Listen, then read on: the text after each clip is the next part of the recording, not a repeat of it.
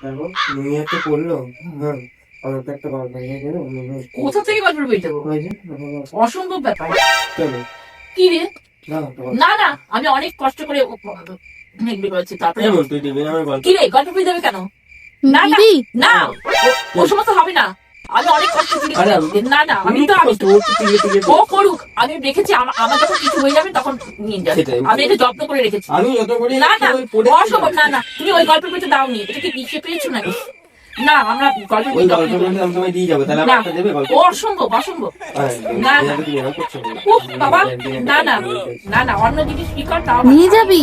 Prize দেবো না, prize দেবো না। প্রাইস না গল্পের বই চাইছি। গল্পের বই তো প্রাইজ সমস্ত ছোটবেলার সমস্ত প্রাইজ। তোমার?